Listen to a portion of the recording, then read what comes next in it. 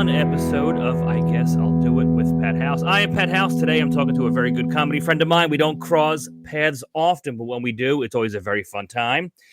Today I have on my podcast, very funny comic out of Tacoma, Washington, Josh Firestine. What's up, buddy? Hey, Pat. What's up, man?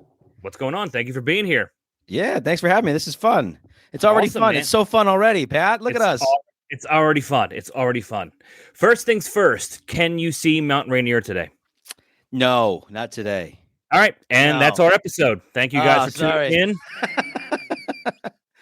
We'll try again next time. All right. Only when the mountain is out will I have you on. God, such a beautiful mountain, though, isn't it?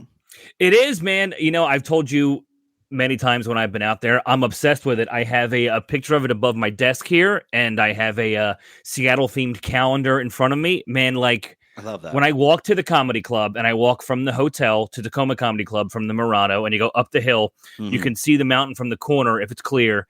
And I swear to God, I will spend 20 minutes just staring on that street corner before I even walk in the comedy club. Oh, it's beautiful, isn't it? It's like it put me in awe the first time I saw it. Me too. View right there at the top of the hill. It's a great view. You get the city, buildings, the Tacoma Dome, which kind of looks like the mountain as it is with the white top on it. And then I could see that. It. Yeah. It's kind of the first time I ever saw it was I had driven up from I just finished Ranger School down in Georgia, and I was getting stationed up here in Fort Lewis. And my buddy and I, we drove up, got to the base, and we hadn't seen the mountain yet. And we get to the base, and we're standing at like the airfield where the whole field's just flat. And at the end of it is just that picture of the mountain. And on the base, you're even closer to it. And I just stood there. Like you said, I just stood there for minutes just staring at it. Like, I can't believe I live here. That's crazy. So, yeah, I mean, like I really do have this boner for Mount Rainier. There's no other word for it. I've had an obsession with this thing because when I was 12, I went to visit my sister on Bainbridge Island. It was in July, 97 or 98. It was a clear day, and I saw this mountain, and I had never seen anything like it ever. Because I live in Pennsylvania. We have bullshit mountains here. They're not even mountains. They're just like giant hills here. But I see this mountain, and I'm like, what the fuck is that? And then all week, I'm visiting my stepsister. Every day on her deck, I just stared at the mountain like a lunatic. But I'd never seen anything like it. That's nothing you could see anywhere else, really. I mean, most big mountains are part of mountain range, right? So you're seeing like a range or like a ridge line. There's not a whole lot of just like isolated peaks. And 14,000 feet ain't nothing. I know that's half the size of like Everest or K2, really. Right. I can't imagine seeing I like the pictures of Fiji. Oh my God. When I first saw Rainier, that's what I thought. I was like, wow, this looks like the pictures of Fiji. Like, this is crazy. I have friends that have summited Rainier, and they're always like, are you going to do that? And I was like, no. I'd rather just look at it. I'm a picture guy from afar. I mean, I'm all about walking trails and shit, but I want to look at it like this, not like this. Yeah, exactly. I want to keep looking up. So anyway, man, thank you for being here. What's going on? This episode will air after this weekend, but you are headlining Tacoma Comedy Club this weekend. Right? No, Spokane next weekend. Doing Spokane next weekend. Oh, I'm sorry. And I don't know how to read. No, that's all right. I get to do Spokane Comedy Club next weekend, and I'm excited. Somebody dropped out. Desi Banks canceled, and then they asked like 5 or 6 other people if they could do it.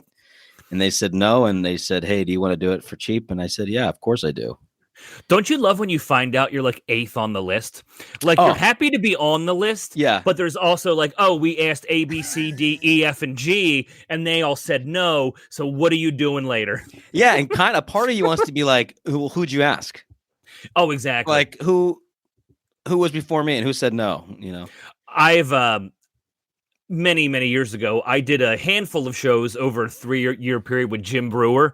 And I know for a fact I was like 20th on his list because I've had other buddies that opened for him. And like I would check their Facebooks or Instagrams and saw that they were busy. And then he would email me or shoot me a text and be like, he exhausted all of his options and landed on me. You almost feel bad for the guy at that point because you're like, geez, he's been looking all day. And then you hope that like you have that show with them where you're like, I'm going to fucking murder. I'm going to show Jim Brewer or whoever. I'm the man. I'm going to crush in front of his crowds. And then you do. And then you never hear from them again. Yeah. I mean, I've just gotten used to that now because. Oh, God, 100%. I've also 100%. gotten used to like not thinking I've killed anymore. I just, no matter how good I think I do, it's always not as good as I think, or the opposite way too. But that happened with David Tell, where like I was like, I gotta do my best. I gotta do my best 15 for Dave. You know, this and that. And I Oh my come off God. stage. I thought I had a good set. I come off stage, and then Dave goes, "How were they?" And I go, They seem good." And he goes, "They seem tight." And I go, well, I guess maybe they weren't tight. Maybe it was just me. I thought they were good. One of the reasons I got into this in the first place is because of Dave Attell. I was obsessed with Insomniac, absolutely obsessed with that show. Of course. And I've hosted and featured for him. It's been a long time, but in my earlier days, a good amount of times. And like, he's one of the few comics I would get starstruck by. And I'll never forget, like, it was the first time I was ever hosting for him. He quoted two of my own jokes back to me and said they were really funny.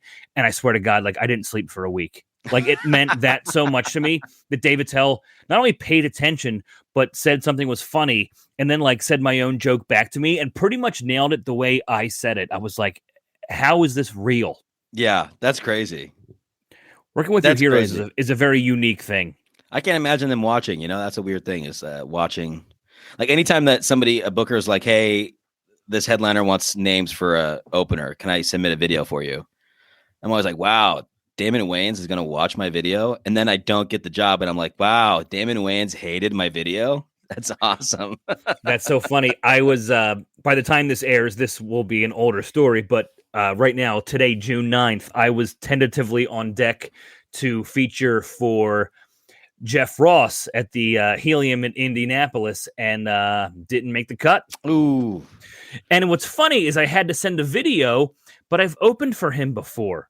So I'm like, I don't understand anything. Well, maybe that's it. Maybe he's like, oh maybe. Yeah, I remember that guy. But he wouldn't shut up about Mount Rainier. I know. It's the mountain comic. Ugh. Did you ever watch The Office? Not religiously, but well, I mean, yes. There's a whole thing where like Will Ferrell comes in at the end. And he's got an obsession with the Southwest. That's how I feel like you are with the Northwest. Just like an unhealthy obsession with probably true pine trees and rain. I mean, the Cascades are beautiful in general. I mean, do people even give a shit about like Baker and Adams and Hood? Dude, Baker and Adams are fucking stepchildren that the parents forgot about. No one cares. Yeah. Dude, there's Mount Adams over there. Yeah, okay. Looks like a pointy nipple. No one cares. Have you guys seen Rainier over there? Yeah. So we've been friends for, I don't know, a couple years now. Yeah, maybe 7, 8 years. But I don't even know your backstory. So that's what I love this podcast for. Is you know my front story pretty well. Oh, boy. Mm-hmm. I love to know, and I truly do. It's like a personal thing of mine about how we got into this nonsense because everybody has a different reason. Sure. So going way, way back, were you into comedy when you were a young kid in any way, shape, or form? Were you drawn to laughter or funny movies or? Oh yeah, big time. And it's crazy because like I grew up in a house where my mom laughs and my sister and my brother laugh and stuff like that, but my dad doesn't laugh. Like it's like a thing that he doesn't do. I don't get it. Like he's smart though. Like he knows when funny things are happening. Like if we're watching a movie and everyone else is laughing, he knows that's the time to laugh, and he has his laugh, and it's. So is it forced? It's not genuine? Yeah. Oh, it's totally fake. I can, you know, your parents, you can see them in conversations when they're wheeling and dealing. They're trying to like stay in a conversation they don't want to be in. They're making awkward jokes that we do now, you know, and I'm like, oh, that's his fake laugh. So, and I could hear it even when I was doing comedy, I could hear him in the back. I'm like, oh, well, thanks, Dad. I appreciate you faking the laugh, but he doesn't laugh. So it's kind of a weird thing where like we didn't watch comedy stuff in our house. It was baseball, John Wayne, James Bond. And that's pretty much the only thing that was on in our house.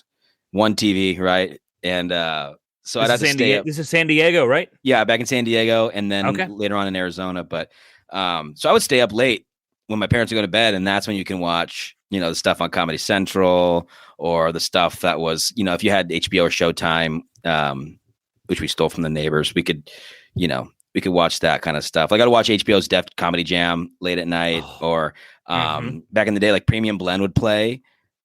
Just like Blend. Back then, it was like there wasn't these dumb like ridiculousness shows or sketch shows like Broad City or whatever. It was just stand-up shows like Premium Blend or Comedy Mix or whatever late at night. So I just watched those. And then eventually David Tell's Insomniac Tour came out, and that was a late night show, and they could say curse words and stuff. And so I would watch that stuff. I remember being in Afghanistan actually, and seeing somebody signing autographs. Like they had just done a show and they were signing autographs, and we just came off a mission. So we didn't see the show. We were just getting food. We're tired. We're dirty. Hadn't slept in 2 days. And I look over and I go, I fucking know that guy from Comedy Central. They're like, really? What's his name? I don't remember his name, but I remember watching the show. Comedy. It was David Tell. He was just no kidding. Yeah, he was just signing autograph. He had just done a show. I was like, we got to get this guy's autograph. We got to meet him. So we got in line. We met him. And, I had his name out there in front. I was like, oh, yeah, that's his name, David Tell, whatever. I'm this 19-year-old kid, You met Attell in Afghanistan? Yeah. That's fucking wild. How old were you? Or what year was this, rather? So I was about 19 or 20. Yeah, I was 19. I just turned 19. And so I had to be 2009. Okay. I remember around that time, I was way too new in my career to even do this kind of shit. But I remember asking David Tell, how do I get to do USO shows and go to the Middle East and do comedy? Because David Tell Louis C.K. had a handful of comics. Actually, a lot of comics were going over there and doing shows. Mm-hmm. And I was like, I want to do that so bad. And I remember David Tell was just like, yeah, just contact the USO. I'm like, he's like that, dude. The first time I ever hosted for me. You're the one that can truly help me here, and you're saying just email customer service. No big deal. Just tell them who you are. Guys, I met Dave Attell in Philly. I'm 21 years old. He told me to email you about doing shows in Iraq. And I was like, no. Like, I know that now that I know Dave enough, I know that he is like that. But at the time, I'm like, do you have an email? Can you put in a word for me? He's like, yeah, just contact the USO. I'm like, it doesn't work that way. For him, I'm like 21, and I know it doesn't work that way. So funny. But yeah, so I watched a lot of comedy coming up. And my biggest thing Did you tell him that story, by the way? Sorry, did you tell him that story? In a shorter version, because David, I don't know, he's an older man. I just always kind of seems annoyed. Yeah, he's got, and I don't want, like, he's super nice, but but I don't want to bother him. But I know what you mean. I know that puppy dog, like, new comic. Hey, let me tell you my story. We're in the green room and I'm saying something, and he goes, "Interesting." He goes, "Does that story come in interesting?" And I go, "Ah, right." One time I was probably blabbering a little too much, and he goes, "Can I read about this in Boring Magazine later?" I swear to God. There should be, I love it. I'm going to start a podcast where I'm like, did Dave Attell moderately insult you in the green room? Please tell me your insult. Not because we're offended, because he probably had amazing one-liners for all of us. So funny. So funny. He brought me on stage one time in Spokane and doing like the bumpy mics thing. And I came back up and he goes, "Give it up for him, everybody. Give it up for him. Doesn't he look like he works as a security guy at a porn shop?" And I was like, that's great coming from our number one customer. Thanks, Dave. And then I failed the rest of the time. But my buddy Sean Murphy, he's a Buffalo comic who lives in New York City. He did the bumping mics thing after the end of an Attell show. And Sean is tall and skinny with glasses. And David Attell said, "Guys, big hand for your opener, a ladder." A ladder. And then he called him. He looks like he manages a Halloween adventure. Dude, I would pay money to just have Attell roast me all day. Oh, that's funny. It would cost a lot of money. It probably would. Yeah. All right, so your dad fake laughs, but the rest of your family knows how to laugh at shit. Yeah. So you're up late at night watching stand-up, which is pretty much exactly how I did it, the Premium Blends. I feel like people that are comedy fans should really look into Premium Blend more, because that's how I remember Dane Cook and Mitch Hedberg. They're 5-minute sets on Comedy Central. I love Premium Blend, dude. I wish there was another show like that where it was just, I think what they did was they took like 20, 30-minute sets and then just chopped them up into jokes. Like people are doing now for TikTok and Instagram. They chopped them up into a joke and then threw it in to this Sirius XM style show where it's just different comic. You get like 5 or 6 different comics doing 5-minute bits. That was awesome, dude. It was so great. So what made you, All right, continue with your story about comedy? your childhood. Yeah, because I was gonna tie the military into it, but I wanted you to. Yeah. So I just never thought that was like. I never thought that was like a real career. You know, I can't do that. I'm not gonna because I mean, truly, it's a hard career. You can't. I mean, I'm not doing it alone now. I have a day job now, so I knew that going into it. I was like, that's never something I could pursue. But I did it at a talent show in high school. I wanted to do it. Never really did it. Yeah. It was terrible. I came out when I the talent show, even better. Better. I came out. I don't want to hear a good story. There's a curtain, and I thought it would be funny. Last minute, I thought it would be funny if I like did some kind of like barrel roll out of the curtain. So I like rolled out, and it was so quiet and awkward, and I had to go up to the microphone and just be like, "Hey." Did you do your own material? Yeah, I did. It was. How old are you? When? 16, and it's 2006. I want to say 2006 or 2007. It must have been 2007 because it was an election year, and I did impressions of Bill Clinton and George Bush. I was doing like Bill Clinton campaigning for Obama, and then Bush campaigning for John McCain at the time, I think it was. I don't know who ran against Obama the first time, but I was doing that. John Kerry? John Kerry. It was John Kerry.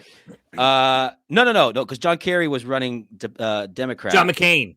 It was John McCain and then Obama, and so I was doing impressions of Bush and Clinton, like calling you and trying to get you to vote for them, and that part was funny. I was doing pretty good impressions back then, and for a kid, but the rest of it was kind of just whatever. But it was a quick little 4 or 5 minute thing, and I said "God damn," so I got disqualified. But so you physically rolled on stage and then did impressions. Yeah. I would not see that being your first set, but I fucking love it. Oh man, yeah. You started doing physical comedy and impressions. Yeah. Oh yeah, come a long way. Did you get laughs in that set? Yeah, I did get laughs. Very the impressions, and I had some fun. And I said "goddamn" or "ass." I said "ass" at one point, and that was a big deal. Everyone, I didn't mean to. I was like, "Oh, sorry." Did you go to Catholic school? No, it was just a high school, but it was a high school talent show. So, but yes, I never thought it would be a career, you know. And then I just joined the army because I had nothing going on. My parents getting divorced, so I joined the army and get to war. And I'm, funny guy. There's always a funny guy in the platoon. And I was always that clown. And me and a friend of mine who was also a clown, we kept saying we wanted to do stand up. We were like writing bits and like comparing them to each other and going back. Does and that forth person do it? Did the person ever go do it? Well, we had made a pact to go back and do it together when we got back from Afghanistan, and he didn't make it back. Oh, and so I wasn't going to do it. And then my buddies were like, "You have to do it. Like, you can't let this just fall to the wayside. Like, not to be punny or whatever, but you can't let this die with him. You gotta go do this, and we're all gonna go with you, and we're all gonna this and that." And so the platoon sergeant, our boss, told us if everybody went to this open mic to see me on Sunday, then we wouldn't have to work on Monday. So then the whole platoon was like, "I don't even want to see him do stand up, but fucking, we don't have to work on Monday. Let's go do this." You had a built-in not audience. Yeah. So we went out and we did it, and it was fun, and we got drunk. And so where was this at? Where was this set at?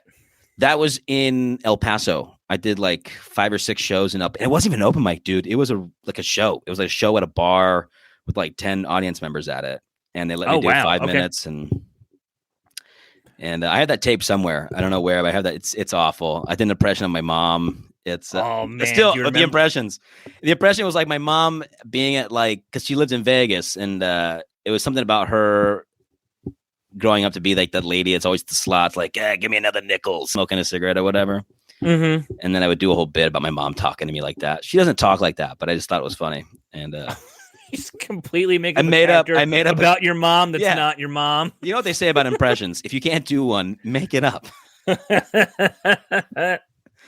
Make up a character to impression. So did you have a bunch of written material for that show in El Paso, or did you kind of just wing it? Oh, cool. So you were sitting there with some stuff in the arsenal? Yeah, that was all written, and I went with it, and it was stuff that I'd been comparing with my buddy overseas, and then went and did it. So did you guys in your troop, were they interested afterwards, or did they still not? It was fun and stuff, and Most of them didn't give a shit, but they were, not assholes about it. It was just like, hey, good job. Let's go get drunk. And I'm like, all right. Yeah. So, okay. That seems to make a lot more sense, I guess. Yeah. So how long were you in the military for? 8.5 years. 8.5 years. Wow. Yeah. Well, thank you for your service. Oh, man, you're welcome. On behalf of all my listener. No one says you're welcome, by the way. Thank you for your service. No one says you're welcome. You should say you're welcome. You did shit I can't do. No. That's a douchey thing, dude. I've had people in the military after shows tell me they can't do what I do. And I'm like, no. No, they're right. They're right. You've I mean, they are. They can't do it. But I can't even remotely do what they do. So it's so easy, dude. It really is. It's remarkable how brave people get when they have to be. I believe that 100%. It's remarkable. Yeah. So how long are you in the military before when you do this set? Like, are you halfway through or are you almost done? Or 6 years in, 5.5 Okay, so you're kind of at the tail end. Did you keep doing it from there? Yeah, I would do a little. Make it a regular thing? I do a little here and there. I did a few shows in El Paso. Then we moved from El Paso to Washington, and I didn't do anything for like 8 months. So I don't even count. When I talk about how long I've been doing comedy, I don't even count that because I'm like I did like 5 or 6 open mics and then didn't touch it for 8 months or whatever, and then started again.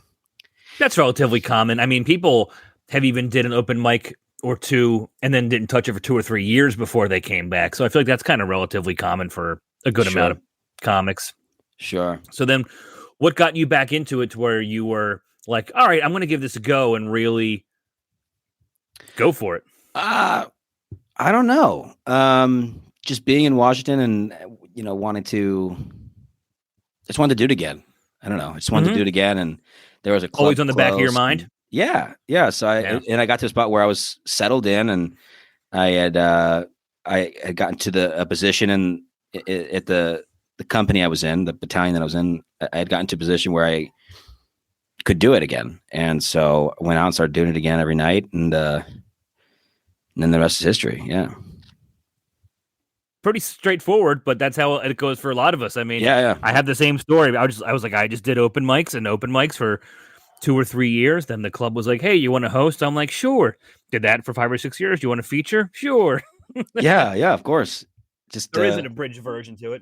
There's always a want to do it as a career, but I never early on. I didn't even realize. Don't even think I realized it was a career option until I was a couple years in. Like I was actively doing it.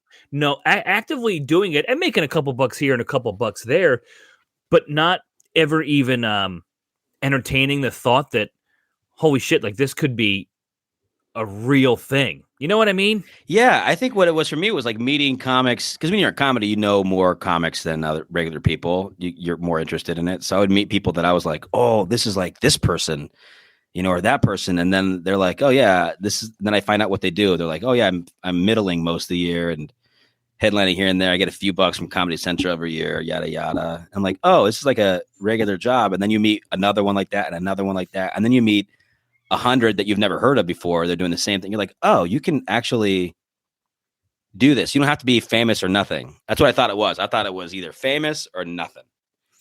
And there's and there's the most comics in the middle.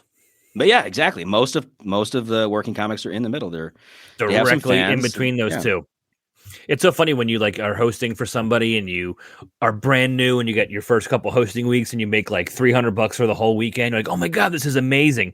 And you're like, well, what did the headliner who sold out 7 shows make? You're like, yeah. like, yeah. I remember, I won't say the name of the comic, but I did a private show. I was the opener. I did 15 minutes. I opened for a headliner who did 1 hour. No, sorry. I'm sorry. 45. It was a 1 hour show. I did 15. The headliner did 45. I made $150 for 15 minutes. Pretty good. And the headliner made $7,500 for 45 minutes. Wow. And was my first. I was about 6 or 7 years into this, maybe.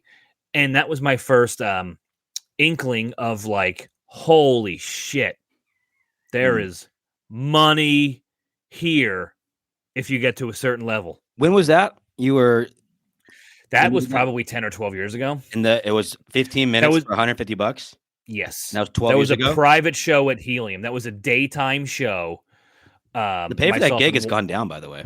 One other comic. That gig pays $100 now, by the way. No.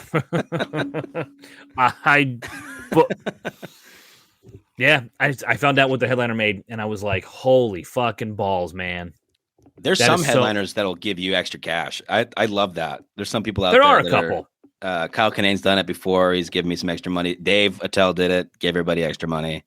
And I really like that because they're like, yeah, I'm making a ton of money. The club's not going to pay him this. I should. And they just get it. I mean, I had a headliner one time just give me $40 and say, this is just for gas money. Like I had to drive to New Jersey, about 2 hours each way each night. Not a big deal. Not the end of the world. Just 2 hours in each direction twice. But he gave me $50 and said that's just for gas money. And that covered it. Like that's nice. All. That's all. That's really nice. They get it though. They've been there. Been in the same spot. So, Yeah. But some people, that's out the window. That's not even a thought in their mind. Not even out the window. It's not even there to begin with. They don't even care. They don't care at all. Yeah. Well, you could be that guy someday. I would care in the world. Not pay my openers. That's my dream. That is my dream. Yeah, no openers. My dream is to quit. Now, has your dad seen you do stand-up? Yeah, he's seen me do stand-up. Did he laugh? Well, yes. It was forcefully. I think it was. Yeah, he's supportive. He can't help it. He can't help that he's a sociopath. It's just you can't stop that. What did your dad do that he's so stoic? Is that the right word? He's a police officer. Okay. I don't know if stoic's the word. He worked for U.S. Customs for a long time, but he was a Marine. When I was a baby, he was a Marine. Desert Storm. And then after the Marines, he was just trying to figure it out. Sold mattresses for a while, cleaned carpets, all kinds of weird stuff. And then he was a U.S. Customs officer, and then spent some years in Iraq doing some private contract stuff, and then now he's a cop in Vegas. So in Vegas, my God, the king of downtown party pooper. Yeah. He was on that show. He was on that show, Vegas Strip. It was. I don't think I know what that is. It was a show about Vegas cops, and they would follow Vegas cops around the Strip. And basically, it was like Cops, but more in depth and specifically Metro Police downtown Vegas. Do you use your dad's TV credit on your resume? No, I should though. I should. One time, oh man, talk about one time. So I got yelled at by my dad because I got pulled over in Vegas for expired plates, and I dropped my dad's name, and he was upset about it. But this was after another incident where I got married in Vegas with my wife, and on our honeymoon, we came back to our hotel off strip. This hotel, we came back, and there's a huge line out the door to get in the hotel. There's some party going on, and turns out it was a VH1 music video recording party, and they were doing it there. And I was like, all right, well, I don't care about this. So me and my wife were just walking in, a little drunk, having a good time after our wedding day. And this security guy, older guy, he's like, hey, you can't go in. You got a wristband? I go, no, I don't have a wristband. He goes, you got a wristband? I go, no, I'm staying here. I'm just gonna. He's like, no, you have to have a wristband. I'm like, no, I don't need a wristband. I'm staying here. He goes, you don't understand. I go, no, you don't understand. I don't have a wristband. I'm going in. And he was like, no, you're not.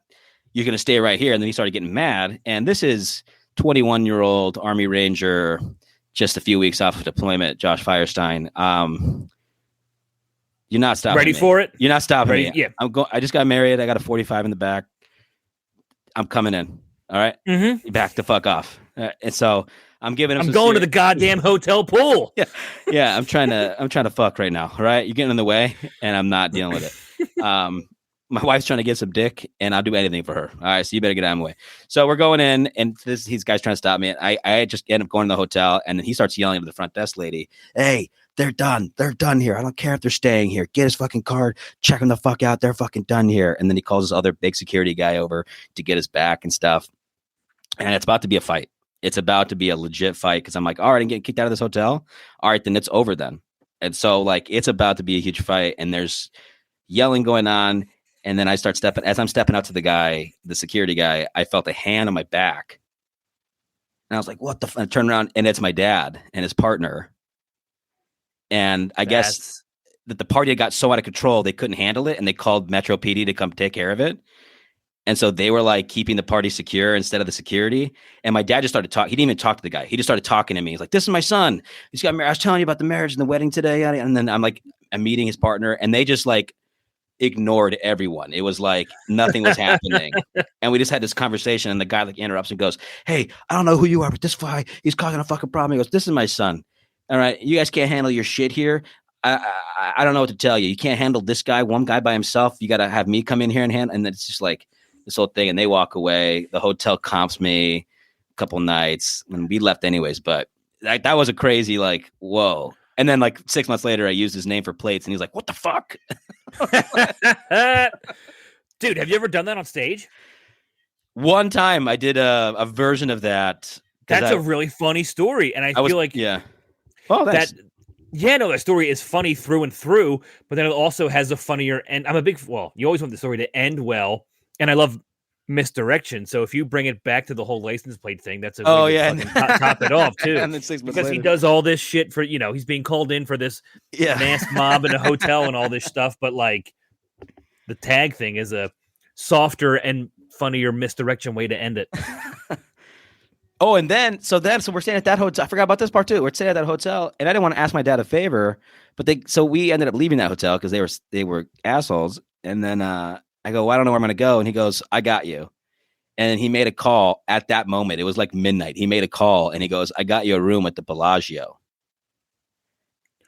Oh, and I was like, really? Nice. And so, because what happened was like, I don't know, 4 or 5 months before that, my dad had chased an armed suspect from the Bellagio across the street over that bridge into the Bally's, through Paris. All 3 hotels are owned by Caesars Entertainment. And then so he chased him through and then tackled this armed suspect over a roulette table. And that's pretty cool. The hotel was like, oh, Vegas is sometimes it's not mob or mafia, but they have some mafia-esque shit going on. Mm-hmm. It was like that. They were like, "Hey, anytime you need something, you let us know." So like my dad called this guy at like midnight, and they're like, "We got him a room at the Bellagio right now."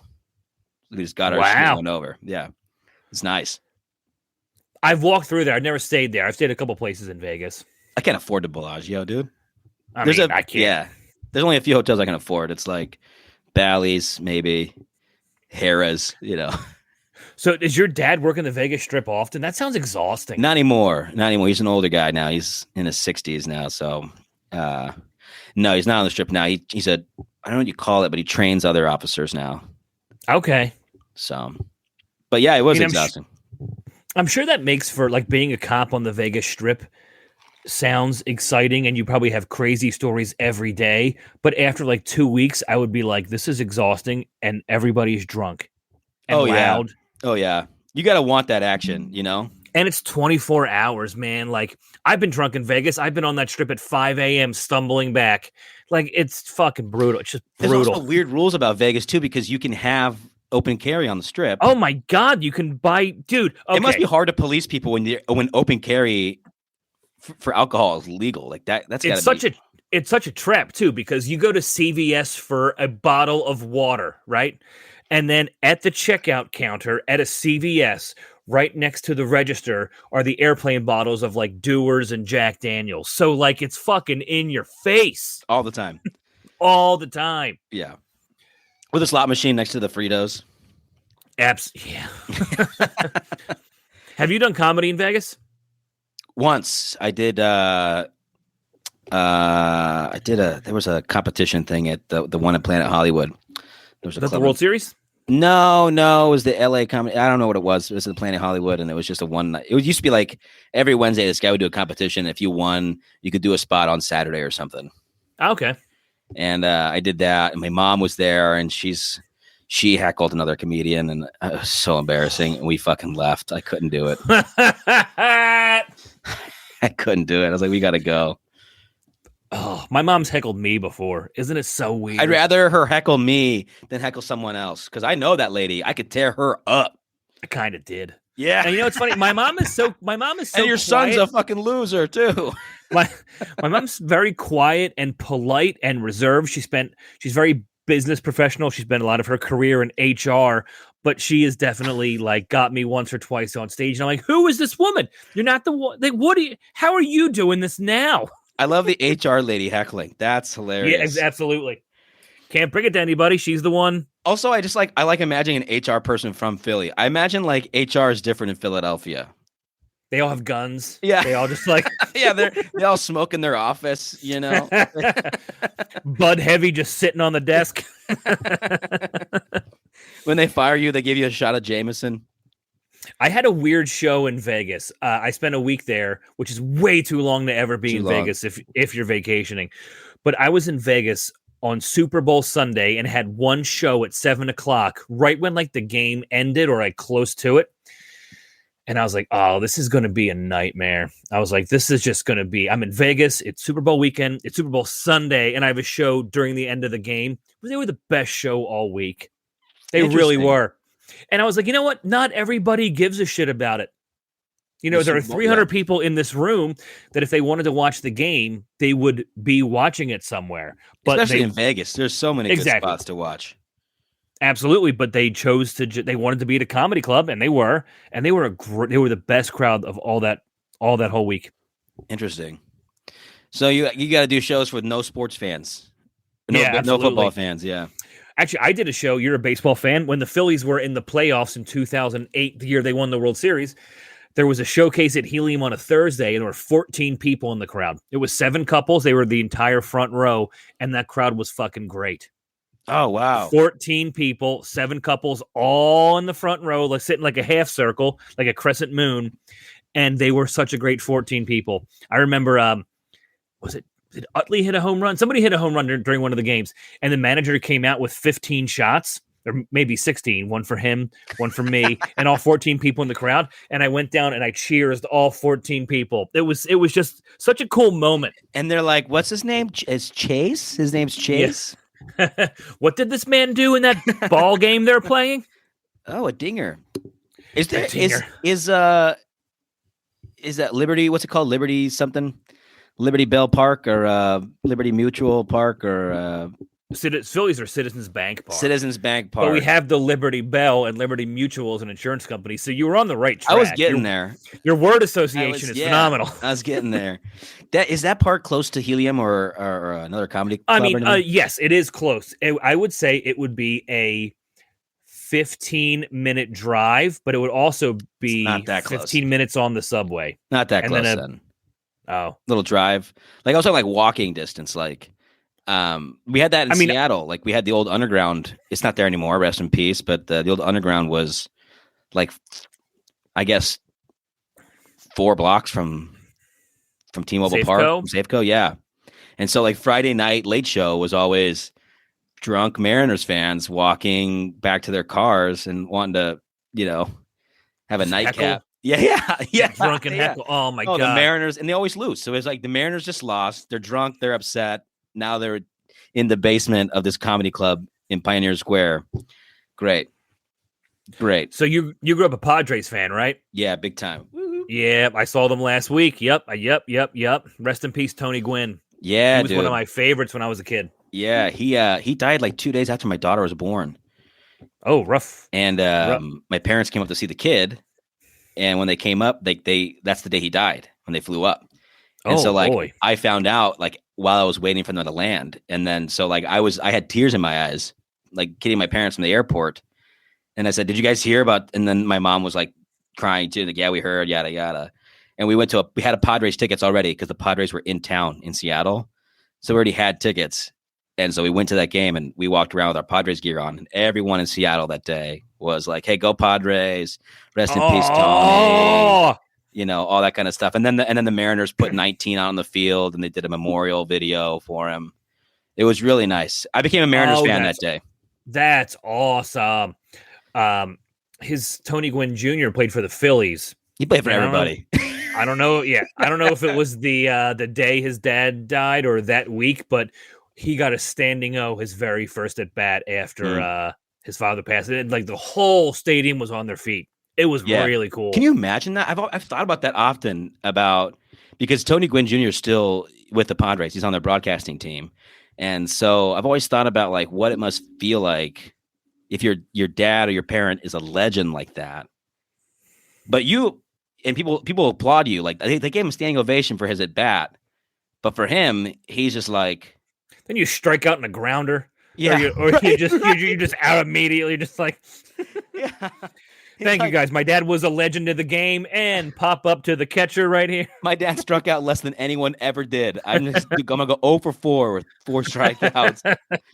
But to him, it's like he's just sad. He's just like, I just lost my dad. I didn't lose a legend in baseball. I lost my dad. Yeah, it's a lot different. The guy totally different dynamic. Yeah, the guy who spanked his butt. You know what I mean? Yeah. Well, now you made it weird, but yeah, I know what you mean. I mean, lots of people spank my butt. I'm not gonna cry over their death. That's why I go to Tacoma as often as I can. Mm-hmm.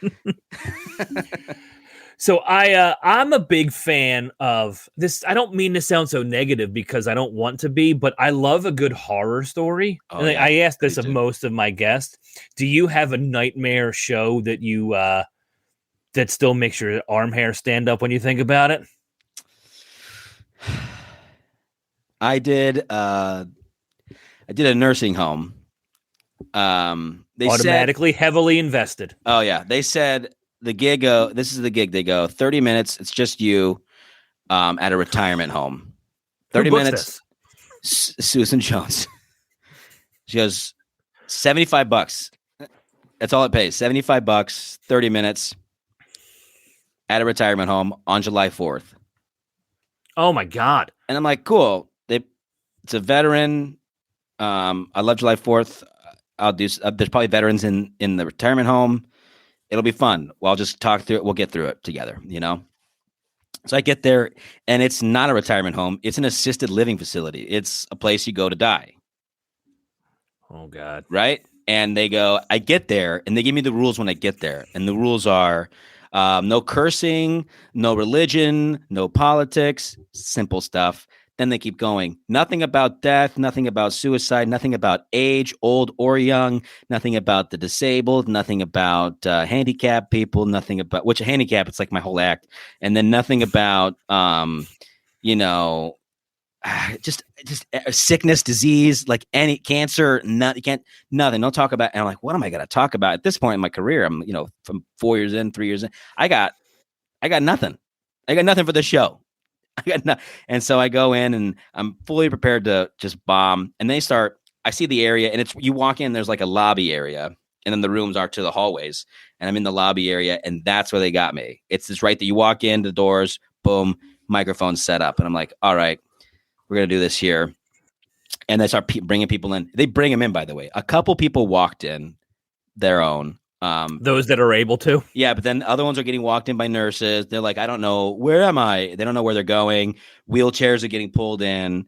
They're sitting them down. And meanwhile, I'm in front of them. Meanwhile, everyone's like kind of looking behind them because lunch was ribs and ribs and something. I can't remember the other thing, but the ribs is the best one, the big ticket item.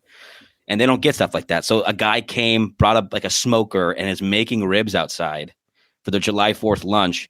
And I have to do my 30 minutes. I have to do all 30 minutes. Can't do less. They can't get their food until after the show.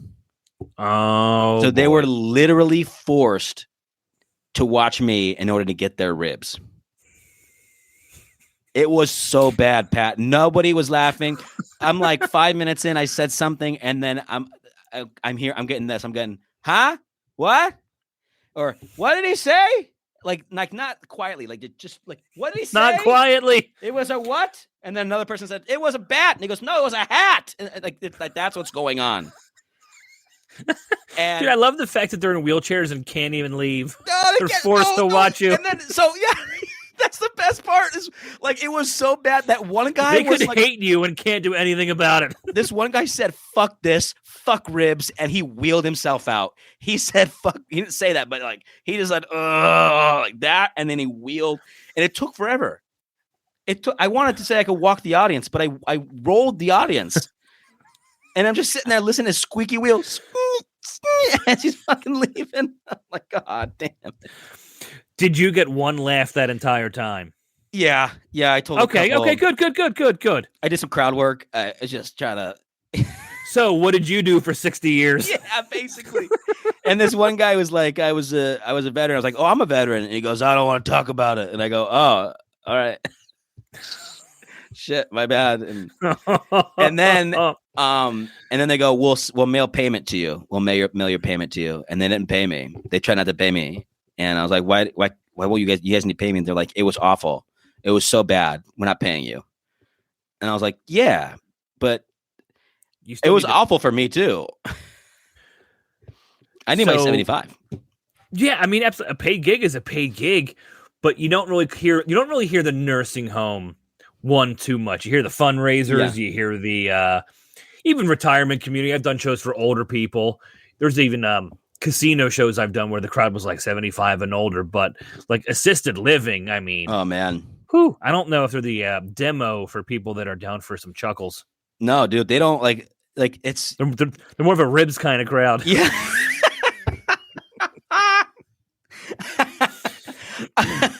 They don't. I don't think they want to think about happy stuff. They're like, my life sucks. This guy's like, oh, it's hard to be young and alive. Oh, we don't care. Give me ribs. The fact I'm on stage and I know that I'm standing between them and their ribs.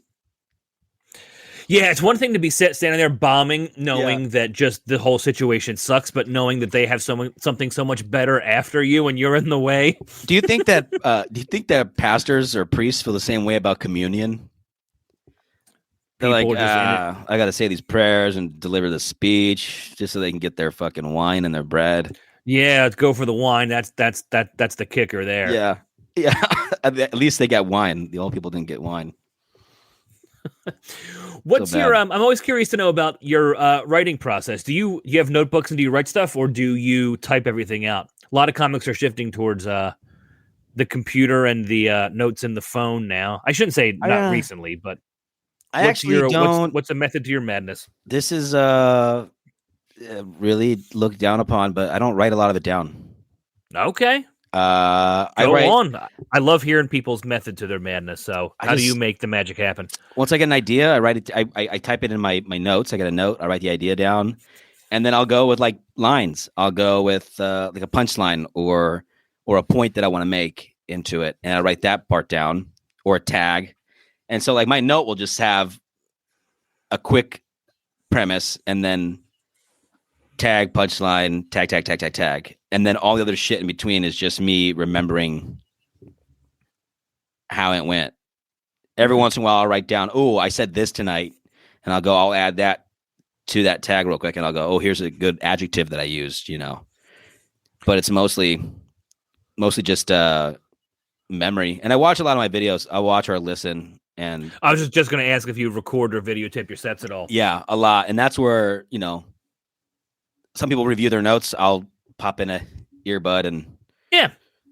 I was doing that during the Seattle International Comedy Competition. I was like, oh, I don't know what jokes to do. Let me listen to my album real quick. And I put my headphones in my album and I was like, oh, I hate my album. Isn't it, dude? Okay, this I'm so glad you said that because comedy, I mean, we're working and we're running a business and we're trying to get better.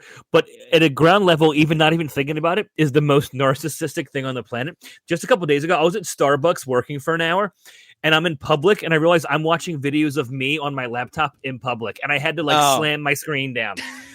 But to me, I wasn't thinking of, I'm watching me. I was trying to remember something and get some smaller clips, but I'm like, I'm fucking watching me. I'll do that on a plane on the way public. Back. On the way back from a gig or way to a gig, I'm like watching, like, okay, what am I gonna do tonight? I'm gonna do this. I'm gonna do that tonight. Or like going home, I'm like, all right, that was Saturday was a really good show. Let's watch that real quick. Let's see if I can get a clip for Instagram or something. And so I'm sitting there watching, and you're on a plane. Everyone's so close to you. I know you're really right next to your neighbor, and then you see them going. Like, they look over and they look at you, and that guy watching himself. What a fucking boner. And then I mean, there's that level of like, oh my God. But I would hate if they were like, are you a comic? And then just the worst conversation begins with 50 awful questions. Oh yeah. That hasn't happened to me with from that scenario, but I feel like if you are watching yourself in public, it's bound to happen at any given time. Yeah. And it's always, I don't want to have that conversation either. Like, I don't want to be sitting there talking. You're like, oh, you're a comedian. And I got to talk about me being a comedian on this fucking Southwest flight that I got the middle seat for because I bought the cheapest ticket. Yeah. You're like, oh, really? You're a comedian. Okay. It's really going well for you, huh?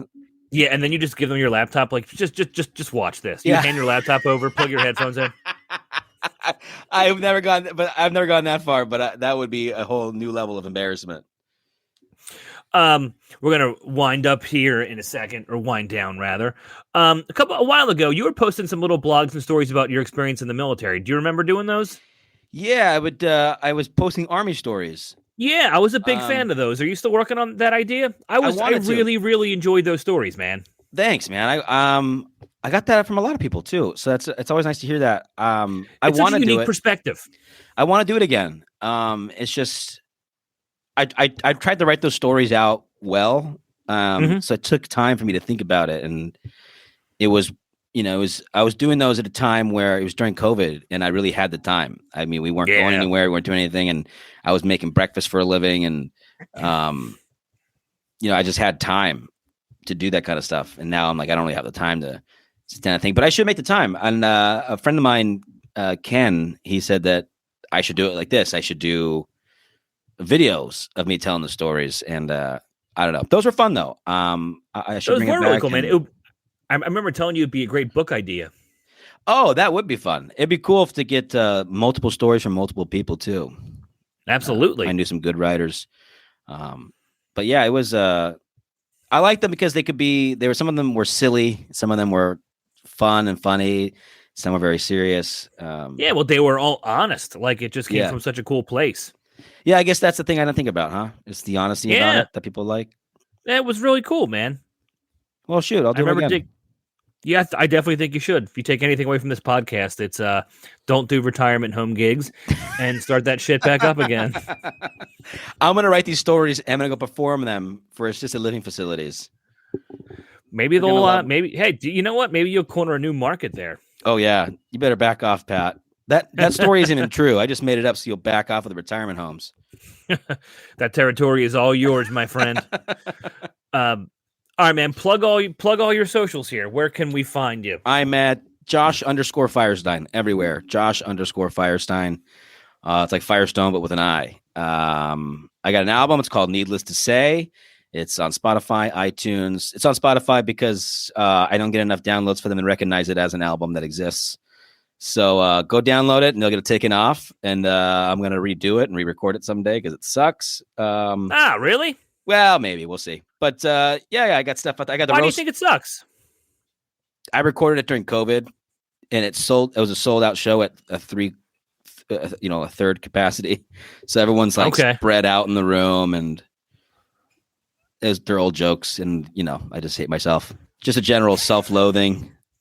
I mean, that's where we dwell. Yeah. I can't even talk you out of that because I'd be a hypocrite. Yeah, follow me everywhere. Josh_Firestine. I hate myself. You can hate me too.